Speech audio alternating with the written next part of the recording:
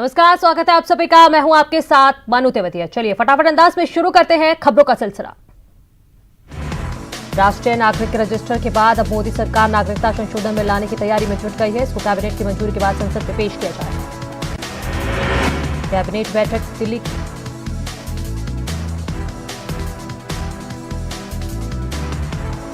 Cabinet की बैठक में घरेलू सिक्योरिटी बिल को मंजूरी भी मिल सकती है।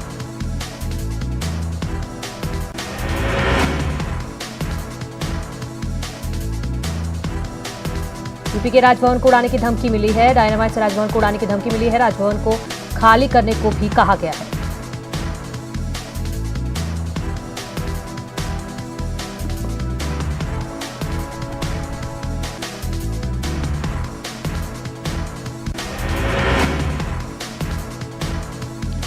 मुख्यमंत्री योगी आदित्यनाथ के गोरखपुर दौरे का आज दूसरा दिन है। आज सीएम कई कार्यक्रमों में हिस्सा लेंगे। सीएम रीजनल स्पोर्ट्स स्टेडियम भी जाएंगे, जहां महंत अवैधनाथ पुरुष कबड्डी प्रतियोगिता का समापन करेंगे। गोरखपुर में एक कार्यक्रम में पहुंचे सीएम योगी ने जनसभा को संबोधित किया। सीएम ने 148 करोड़ की योजना का लोकार्पण और शिलान्यास किया। भ्रष्टाचार पर यूपी सरकार का जीरो टॉलरेंस। सीएम योगी ने मुख्य सचिव को दागी अफसरों की लिस्ट बनाने को कहा। आज से उत्तराखंड विधानसभा का शीतकालीन सत्र शुरू हो रहा है। सुबह 11 बजे से सत्र शुरू होगा। 4 से ज्यादा बिल पेश हो सकते हैं। मंगलवार को उत्तराखंड विधानसभा के शीतकालीन सत्र को लेकर कार्यमंत्रणा और सर्वदलीय बैठक विधानसभा में हुई। इस बैठक की अध्यक्षता विधानसभा अध्यक्ष प्रेमचंद अग्रवाल ने की। बैठक में विधायी कार्यों को लेकर आज का एजेंडा तय किया गया। शीत सत्र से पहले सीएम आवास पर हुई बीजेपी विधानमंडल दल की बैठक। बीजेपी से निष्कासित कुंवर चैंपियन भी हुए बैठक में शामिल। चैंपियन के घर वापसी की खबरें तेज।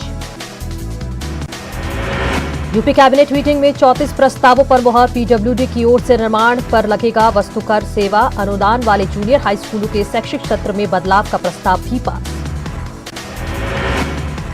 त्रिस्तरीय पंचायत उपचुनाव की अधिसूचना जारी हो गई है। 9-10 दिसंबर को नामांकन पत्र होंगे दाखिल और 12 दिसंबर को नामांकन वापस किए जाएंगे। 19 को वोटिंग होगी और 21 दिसंबर को काउंटिंग। रुद्रप्रयाग कांग्रेस में घमासान शुरू। कांग्रेस के आईसीसी सदस्य सुमंत तिवारी ने जिला कांग्रेस अध्यक्ष को मूर्ख बताया। वहीं जिला अध्यक्ष ने उन्हें डूब मरने की नसीहत दी। चारधाम श्राइन बोर्ड विधेयक के विरोध में चारों धामों के तीर्थ पुरोहित और हक हकूकधारियों ने देहरादून में विरोध प्रदर्शन किया। सीएम आवास पर प्रदर्शन करने जा रहे तीर्थ पुरोहितों को पुलिस ने सीएम आवास से 1 किलोमीटर पहले ही हाथी बड़कला में बैरिकेडिंग डालकर रोक लिया। चारधाम श्राइन बोर्ड के विरोध में देवप्रयाग में भी लोगों ने राज्य सरकार के खिलाफ नगर में जुलूस निकालकर प्रदर्शन किया। इस दौरान तीर्थ पुरोहित और पंडा समाज से जुड़े लोगों ने गंगा किनारे रघुनाथ मंदिर में सरकार की बुद्धि शुद्धि के लिए यज्ञ भी किया। ताजमहल के संरक्षण को लेकर सुप्रीम कोर्ट में आज सुनवाई होगी। कोर्ट ने यूपी सरकार से विजन डॉक्यूमेंट पेश करने को कहा है। स्वामी चिन्मयानंद पर एलएलएम की छात्रा से यौन उत्पीड़न के 2 मामलों में आज इलाहाबाद हाईकोर्ट में सुनवाई होगी। आज हाईकोर्ट में पीड़ित छात्रा की जमानत अर्जी पर भी सुनवाई होगी। पीड़िता की जमानत अर्जी पर राज्य सरकार ने अभी तक जवाब दाखिल नहीं किया है। 69,000 शिक्षक भर्ती मामले की सुनवाई आज होनी है। हाईकोर्ट की लखनऊ पीठ में सुनवाई होगी। शिक्षा मित्रों की तरफ से पक्ष रखने का आज आखिरी दिन है।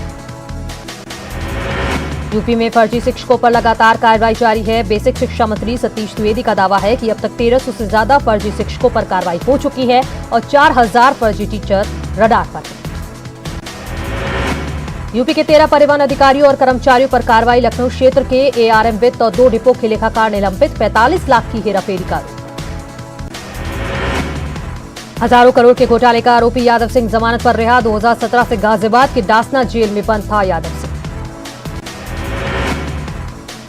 अयोध्या पर फैसले के बाद आगरा में धारा 144 लगाई गई थी, जिससे अब 27 जनवरी तक बढ़ा दिया गया है। बिना अनुमति धरना प्रदर्शन जुलूस नहीं निकल जाएंगे।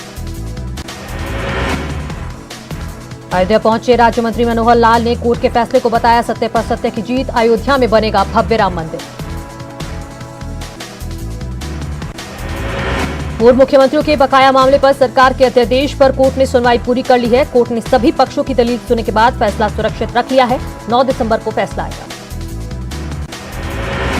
उत्तराखंड हाईकोर्ट ने राज्य सरकार को बड़ा झटका दिया है। कोर्ट ने कुलपति दून विश्वविद्यालय की नियुक्ति को अवैध बताते हुए निरस्त कर दिया है। कोर्ट ने सरकार को आदेश दिया है कि वो जल्द नई कमेटी का गठन कर नए कुलपति की नियुक्ति नियम के तहत करे। मुख्यमंत्री त्रिवेंद्र सिंह रावत ने रुड़की के एक निजी कॉलेज के स्थापना दिवस के कार्यक्रम में शिरकत की। इस दौरान सीएम ने कॉलेज में कई प्रतियोगिता और बेहतर काम करने वाले शिक्षकों को सम्मानित किया। उत्तराखंड मदरसा शिक्षा परिषद के सम्मान समारोह में मदरसों को दी जा रही शिक्षा को लेकर तमाम समस्याएं रखी गईं, जिसमें मदरसों के शिक्षकों को 2015 से सैलरी नहीं मिलने की बात उठी। उधम सिंह नगर के पंतनगर सिडकुल औद्योगिक क्षेत्र के टाटा मोटर्स के प्लांट में आयोजित कार्यक्रम में राज्यपाल ने हिस्सा लिया। इस दौरान यहां राज्यपाल के साथ राज्य के उच्च शिक्षा मंत्री धन सिंह रावत भी मौजूद रहे। हल्द्वानी में उत्तराखंड ओपन यूनिवर्सिटी ने अपना 5वां दीक्षांत समारोह बनाया, जिसमें राज्यपाल बेबी रानी मौर्य और उच्च शिक्षा मंत्री धन सिंह रावत ने हिस्सा लिया। दीक्षांत समारोह के दौरान पर्वतारोही लवराज धर्मशक्तु और पलायन पर काम कर रहे पंडित विद्याधर शर्मा उनियाल को मानद उपाधि दी गई। प्रदेश की ज्यादातर दफ्तरों में दिव्यांगों के लिए रैंप की व्यवस्था नहीं है। प्रदेश में ही कई ऑफिस में रैंप की व्यवस्था नहीं होने के चलते दिव्यांग लोगों को परेशानी हो रही है। खाद्य एवं आपूर्ति विभाग के दफ्तर में लिफ्ट ही खराब है। समाज कल्याण विभाग की तरफ से देहरादून में 20 दिव्यांग कर्मचारी, खिलाड़ी और स्वरोजगार कर रहे दिव्यांगों को सम्मानित किया गया। इस मौके पर समाज कल्याण मंत्री यशपाल आर्य के साथ समाज कल्याण विभाग और शिक्षा विभाग के अधिकारी मौजूद रहे। हिंदूवादी नेता कमलेश तिवारी हत्याकांड मामले में हत्यारोपियों के मददगार बरेली के मौलाना कैफी अली को जमानत मिल गई है। 20,000 के व्यक्तिगत मुचलके पर मौलाना कैफी को जमानत मिली। गोरखपुर में हाईकोर्ट ने राजमार्ग NH 730 चौड़ीकरण के नाम पर गैर कानूनी तरीके से मकानों के गिराने पर रोक लगाई है। महाराजगंज के दर्जन भर लोगों ने हाईकोर्ट के शरण में न्याय की गुहार लगाई थी। फिर कर्ज लेगी उत्तराखंड सरकार, 500 करोड़ रुपए का कर्ज लेने की तैयारी। इस साल राज्य में अभी तक 2100 करोड़ का लोन लिया जा चुका है। प्रियंका गांधी के घर में घुसने वाली संदिग्ध कार का पता चला है। मेरठ के कांग्रेस नेता शेखर त्यागी की कार है। प्याज की बढ़ती कीमत का वाराणसी में अनोखा विरोध, प्याज की आरती उतारी गई। निवेदन किया गया है कि प्याज गरीबों को दर्शन दे। मुजफ्फरनगर में मिड डे मील में चूहा निकलने से हड़कंप मच गया। मिड डे मील खाने के बाद 9 बच्चे और एक शिक्षक की तबीयत बिगड़ गई, जिसके बाद सभी को अस्पताल में भर्ती कराया गया। मुजफ्फरनगर में एक व्यवसायी की बदमाशों ने गोली मारकर हत्या कर दी। व्यवसायी अपने ईंट के भट्टे से वापस अपने घर जा रहा था, तभी रास्ते में अज्ञात बदमाशों ने व्यवसायी की गोली मारकर हत्या कर दी।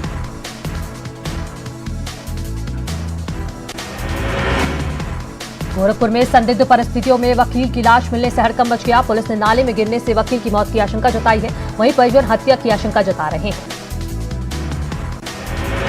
प्रतापगढ़ में सई नदी में 2 बहनों का शव मिला। दोनों के हाथ बंधे हुए थे। हत्या कर शव को फेंकने की आशंका जताई जा रही है। कल से गायब थी दोनों लड़कियां। उत्तरकाशी में बकरी चराने गए एक युवक की संदिग्ध परिस्थितियों में मौत। परिजनों ने हत्या की आशंका जताई। शाहजहांपुर में 4 दिन से गायब चल रहे युवक की चाकू से गोदकर हत्या, शव को झाड़ियों में फेंका। परिजनों ने रंजिश के चलते हत्या का आरोप लगाया। अलीगढ़ के कोतवाली इलाके में विवाहिता ने फांसी लगाकर की आत्महत्या। मौके पर पहुंची पुलिस ने शव को पोस्टमार्टम के लिए भेजा। बुलंदशहर के अरनिया में तेज रफ्तार गाड़ी ने युवक को मारी टक्कर, मौके पर मौत। सड़क पार करते वक्त हुआ हादसा। हरदोई में अपने ननिहाल पहुंची एक लड़की की हत्या का मामला पुलिस ने सुलझा लिया है। लड़की की हत्या का आरोप उसके मामा पर लगा है। 29 नवंबर को 19 साल की लड़की का शव झाड़ियों में मिला था। गोंडा के शहर कोतवाली क्षेत्र में प्रेमी ने प्रेमिका के साथ मिलकर युवक की हत्या की। मामले की जांच में जुटी पुलिस। यूनिसेफ ने लखीमपुर खीरी को लेकर चौंकाने वाली रिपोर्ट पेश की है। रिपोर्ट के अनुसार स्वास्थ्य विभाग की लापरवाही से पिछले 2 महीने में 72 नवजातों की असमय मौत हो गई। मेरठ के अहमदनगर में 10 दिन पहले लापता हुए मासूम बच्चे की लाश मिली नाले में। परिजन अपहरण की हत्या की आशंका जता रहे हैं। चित्रकूट में बड़गढ़ थाना क्षेत्र के पुलिस बूथ में युवती का शव मिला है। रेत के बाद हत्या की आशंका जताई जा रही है। पुलिस पड़ताल में जुटी है। फिरोजाबाद के शिकोहाबाद में दुकान बंद कर लौट रहे सुनार और उसके कारगर का अपहरण कर उससे नकदी और जेवर लूटे। विरोध करने पर कार सवार बदमाशों ने पिस्टल से पीटा।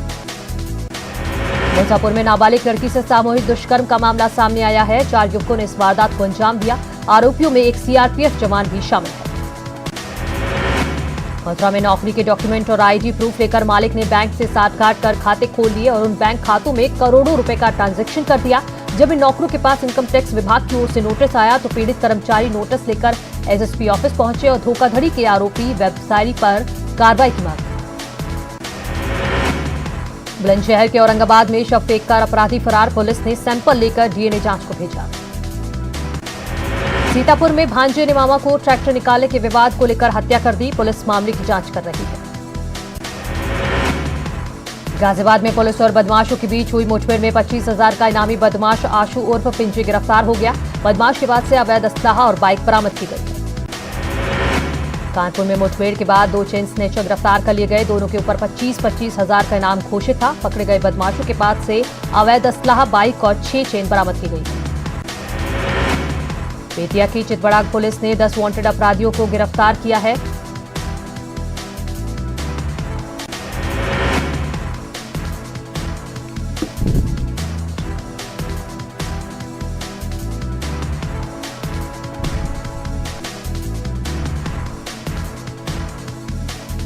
शामली के कांदा थाना क्षेत्र में जमीनी विवाद को लेकर 2 सगे भाइयों में संघर्ष, दोनों तरफ से चले लाठी डंडे, 3 लोग घायल, जांच में जुटी पुलिस। अमरोहा में खेत में फसल काटने को लेकर 2 पक्षों में विवाद, मारपीट में दोनों पक्षों के 6 लोग गंभीर रूप से घायल, घायलों को सीएचसी में भर्ती कराया गया। अलीगढ़ में एसएसपी ऑफिस पर पति पत्नी का हाई वोल्टेज ड्रामा देखने को मिला। पति ने पत्नी से गाली गलौज कर दी, इससे गुस्साई पत्नी ने आओ देखा ना तब और जड़ दिया तमाचा। पत्नी ने पति पर किसी और युवती के साथ अवैध संबंध होने का आरोप भी लगाया। प्रतापगढ़ में ट्रक की टक्कर से दुकान में लगी आग, कुंडा के मवई क्रॉसिंग का मामला, 5 दुकानें जलकर खाक। नैनीताल में देर रात एक दुकान में लगी आग, लाखों का नुकसान, दमकल की गाड़ियों ने आग पर पाया काबू। गाजियाबाद के इंद्रापुरम में पति पत्नी और एक महिला की 8वीं मंजिल से कूदकर की आत्महत्या, खुदकुशी से पहले 2 बच्चों का कत्ल किया, आर्थिक तंगी में कदम उठाने की आशंका। परिवार ने सुसाइड नोट में राकेश वर्मा नाम के शख्स को आत्महत्या का जिम्मेदार ठहराया, एक साथ अंतिम संस्कार की इच्छा जताई, क्रियाक्रम के लिए पैसे भी छोड़े। परिवार ने सुसाइड नोट में राकेश वर्मा नाम के शख्स को आत्महत्या का जिम्मेदार ठहराया, एक साथ अंतिम संस्कार की इच्छा जताई, क्रियाक्रम के लिए पैसे भी छोड़े।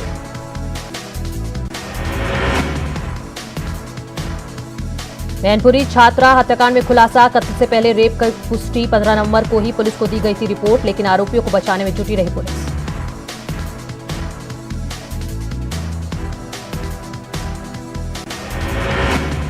जालौन में बाइक से पूंछ दबने के बाद गुस्से में आया कोबरा पीछा करने लगा बाइक का।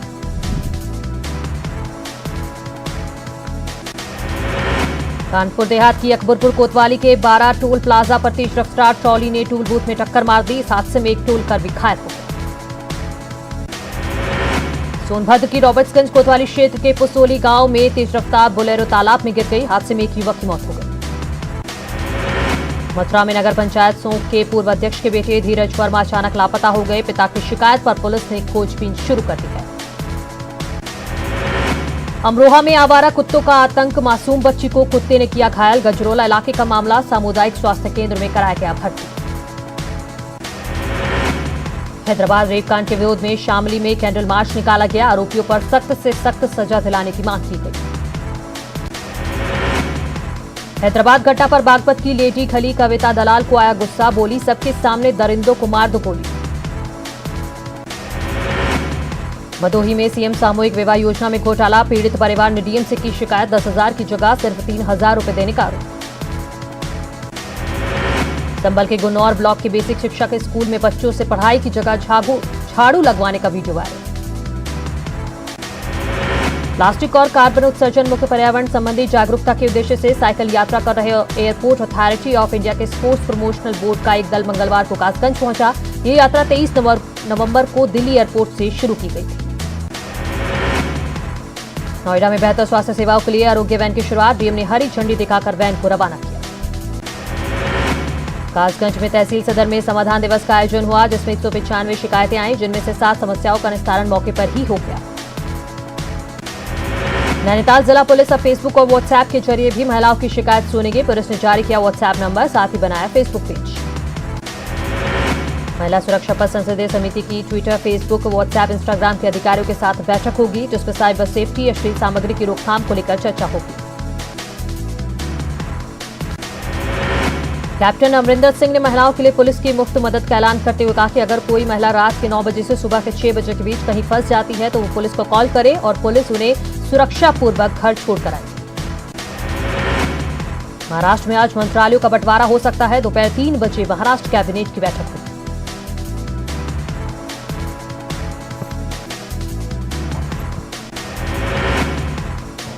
एनसीपी प्रमुख शरद पवार ने खुलासा करते हुए कहा कि फडणवीस और अजीत पवार के बीच चल रही बातचीत का उन्हें पता था, इसलिए उन्होंने अजीत पवार के 23 नवंबर को बीजेपी में शामिल होने के राजनीतिक कदम से खुद को दूर कर लिया था।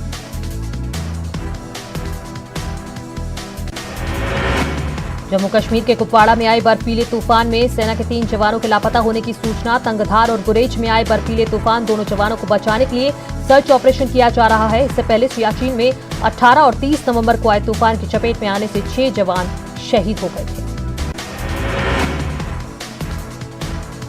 आईएनएक्स मीडिया केस में मनी लॉन्ड्रिंग के आरोपी कांग्रेस नेता और पूर्व वित्त मंत्री पी चिदंबरम की जमानत याचिका पर आज सुनवाई होगी। सुनवाई सुबह 10:30 बजे होगी। कन्हैया कुमार के खिलाफ देशद्रोह का केस चलाने की मंजूरी नहीं देने के खिलाफ दायर याचिका पर दिल्ली हाई कोर्ट आज सुनवाई करेगी। पुलिस ने दिल्ली महिला आयोग की अध्यक्ष स्वाति मालेवाल से जंतर मंतर परिसर को खाली करने का अनुरोध किया। पुलिस ने एक स्थायी आदेश का हवाला देते हुए अनुरोध किया, जिसमें कहा गया कि शाम 5 बजे के बाद जंतर मंतर पर प्रदर्शन करने पर पाबंदी है। विजय माल्या और नीरव मोदी जैसे 50 से ज्यादा भगोड़ों ने कुल मिलाकर 17,900 करोड़ रुपए की धोखाधड़ी की है। आर्थिक अपराध की जानकारी देते हुए सरकार ने सदन को बताया कि देश छोड़कर भागने वाले 51 लोगों ने 17,900 करोड़ रुपए की धोखाधड़ी की है। भारी बारिश के चलते तमिलनाडु के वेगाई डैम का जलस्तर खतरे के निशान से ऊपर आ गया है और डैम के लबालब भर जाने के कारण बाढ़ का खतरा मंडराने लगा है। मदुरई जिला कलेक्टर ने बाढ़ की चेतावनी जारी की।